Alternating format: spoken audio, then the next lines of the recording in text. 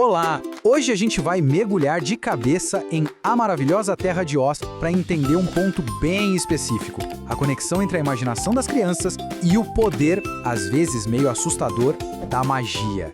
Vamos descobrir como uma simples travessura de moleque acaba virando uma jornada incrível sobre poder, liberdade e, no fim das contas, sobre quem a gente realmente é. Bom, para começar, vamos com uma pergunta que é o coração de tudo. E se a imaginação tivesse o poder de, literalmente, dar vida às coisas? Pois é exatamente esse o ponto de partida da história de um menino chamado Bizu e das criaturas fantásticas que ele mesmo construiu. Então, olha só o nosso roteiro de hoje. A gente começa com a imaginação de um garoto criando um boneco para pregar uma peça. Depois, a gente descobre um ingrediente mágico que muda tudo. Vamos ver como a magia pode ser usada tanto para libertar quanto para oprimir. Seguimos uma fuga desesperada por liberdade e, para fechar, uma revelação daquela sobre a verdadeira identidade do nosso herói. Tudo começa com o Bizu, um garoto que vive com uma velha chamada Mambi. Ela não é bem uma bruxa, mas sabe como é, mexe com as magias que não devia. E o Bizu, que detesta ela com todas as forças, resolve usar a criatividade para dar um susto na velha. A ideia do Bizu é bem simples. Na verdade, construir um espantalho para assustar a Mambi. E ele capricha, viu? Pega uma abóbora gigante, desenha um sorriso tão engraçado que ele mesmo cai na risada e monta um corpo todo articulado com galhos. É a imaginação infantil em sua forma mais pura, sabe? Transformando o que é comum em algo fantástico. E tá aí a motivação dele preto no branco. Não é maldade, é pura travessura. É aquela rebeldia criativa de uma criança que se sente presa e usa a inteligência para se manifestar. Ele não quer machucar, ele quer provocar, quer ver a reação. É a arte pela arte, da zoeira. Só que o Bizu não contava com um detalhe, um pequeno elemento que a Mambi tinha guardado e que ia virar o jogo completamente. É o ingrediente que transforma a brincadeira dele numa aventura de verdade. E aqui está ele, o pó da vida. A ideia é simples, mas as implicações são enormes. Guardado num pimenteiro, esse pó pode animar qualquer coisa. É ele que vai ser o motor da história, a ferramenta que pega a criação do Bizu e a transforma de um boneco qualquer em um ser vivo. Mas é aqui que a história dá uma guinada total. A Mambi, em vez de tomar o susto que o Bizu planejou, olha para o boneco e vê a cobaia perfeita para o pó mágico dela. Ela simplesmente se apropria da criação do menino e, num gesto, transforma a pegadinha numa coisa mágica e totalmente imprevisível. E o resultado é instantâneo e hilário. A primeira coisa que o João Abobrinha fala não é onde estou, mas sim uma preocupação com a própria aparência. Ele já nasce com personalidade, com uma autoconsciência cômica. Isso mostra que a magia de Oz não cria só vida, cria individualidade.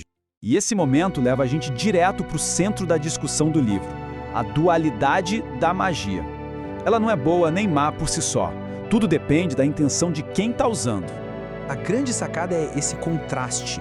De um lado, o Bizu usa a magia para criar amigos, para ter companhia, como o João Abobrão e depois o Cavalete. Para ele é uma força de libertação.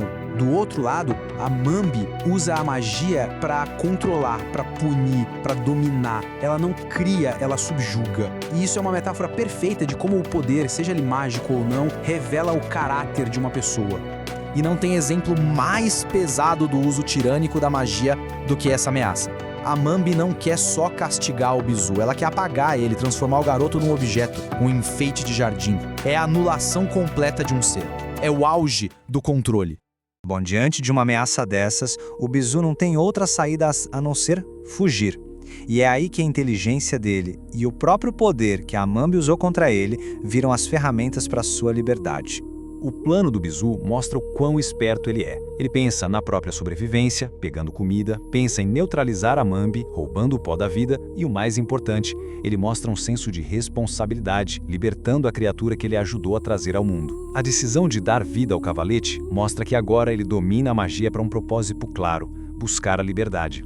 E essa imagem resume tudo, né? O que começou como uma brincadeira solitária, agora é uma pequena comunidade de seres fantásticos em fuga. A imaginação do Bizu não só criou vida, mas forjou os aliados que o ajudariam a ser livre. Os amigos dele são literalmente frutos da criatividade dele. A fuga, no entanto, é só o começo. Ela nos leva ao clímax da história, onde a maior transformação de todas está prestes a ser revelada. Uma transformação que bota em xeque a própria identidade do Bizu.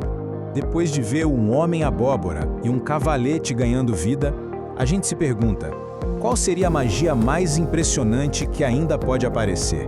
A resposta, meus amigos, é bem mais profunda do que parece. A primeira pista vem da própria Mambi. Pressionada, ela confessa o seu maior feitiço, um que não criou vida do zero, mas que a escondeu bem debaixo do nariz de todo mundo. Ela transformou a princesa perdida. E aí vem o choque, a revelação final. O Bizu, o menino levado, o criador, o fugitivo. Na verdade, é Ozma, a herdeira do trono de Oz. A vida inteira dele foi o resultado de uma magia poderosíssima feita só para escondê-la. Isso muda o sentido de toda a história. A luta do Bizu não era só para fugir da Mambi, mas era uma jornada, mesmo que inconsciente, em busca da sua verdadeira identidade. A magia mais forte não foi a que animou objetos, mas a que ocultou uma pessoa, levantando um monte de questões sobre identidade, destino e até gênero. Então, o que a gente tira disso tudo? Primeiro, a criatividade das crianças, que muita gente vê como só brincadeira, tem um poder imenso de mudar a realidade. Segundo, o poder é uma faca de dois gumes e o uso dele diz tudo sobre quem o possui. E por último, a busca por quem a gente realmente é, no fundo, é a maior aventura que existe. E para fechar, fica essa reflexão.